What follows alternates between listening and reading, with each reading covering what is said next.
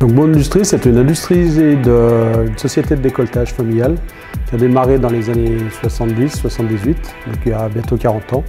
C'est le papa qui a démarré. Aujourd'hui, nous sommes 3 frères, nous avons 10 sites de production dans le monde et pour un peu plus de 400 collaborateurs. L'idée, ça a été de se dire, plutôt que de contrôler la production, ce qui se fait parfois quelques heures, voire plusieurs jours après donc les pièces soient réalisées, l'idée c'était de piloter la production, c'est-à-dire de contrôler en réel la pièce produite en temps réel et puis de pouvoir corriger s'il y a des dérives de manière à être toujours sous maîtrise du process de fabrication.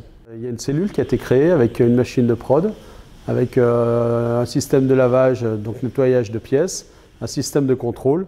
Un projet FUI a été monté il y a 5 ans en arrière avec le CETEDEC et puis le Polytech Annecy pour mettre en liaison ces 3 systèmes et qui puissent correspondre et s'échanger des informations. Le but c'était aussi d'arriver à créer une cellule avec une réactivité une très grande réactivité par rapport au démarrage de nouveaux produits, ce qui nous a permis notamment de prendre des nouveaux marchés chez des clients, simplement en termes de réactivité, d'arriver à amener un prototype par exemple en quelques jours, et puis aussi de tester des nouvelles matières. Donc là on a également à travers des systèmes de capteurs sur la machine, des possibilités d'avoir des informations techniques en remontée très rapide, de manière à pouvoir donner les possibilités aux clients et déjà une idée d'ordre de production, donc de prix, quoi.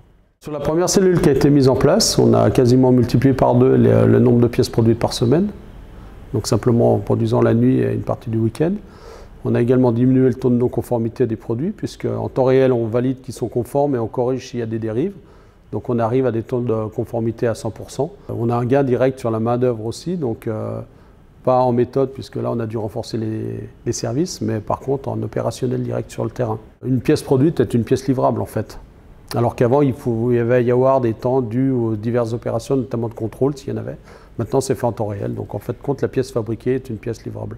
Je pense que demain c'est directement sur les moyens de production qu'il faudra qu'on travaille. Ces moyens de production pour moi ils n'existent pas encore, ou en tout cas il y a encore une grande part d'optimalisation possible. Et puis il y a également toute l'organisation après des ateliers au niveau humain, au niveau de la production, avec notamment beaucoup de formations à mettre en place pour que nos gens soient de plus en plus compétents par rapport à des prises de décision, par rapport à du matériel qui évolue. On parle beaucoup de l'industrie 4.0, mais à mon avis on ne souligne pas assez l'importance de l'humain demain dans l'entreprise par rapport à de la technicité, par rapport à la prise de décision, par rapport à la remise en cause justement pour essayer d'avancer. Et à mon avis, la grosse différence qu'on doit amener dans les années qui viennent au niveau de l'entreprise, c'est justement de se servir de toute cette intelligence. Nous, on essaye de le faire à travers nos organisations et on voit que les gens répondent présents et sont demandeurs justement d'être sollicités et de pouvoir exprimer ce qu'ils ressentent, les idées qu'ils ont. C'est une grande force d'entreprise, mais ça, il faut savoir le faire sortir, quoi.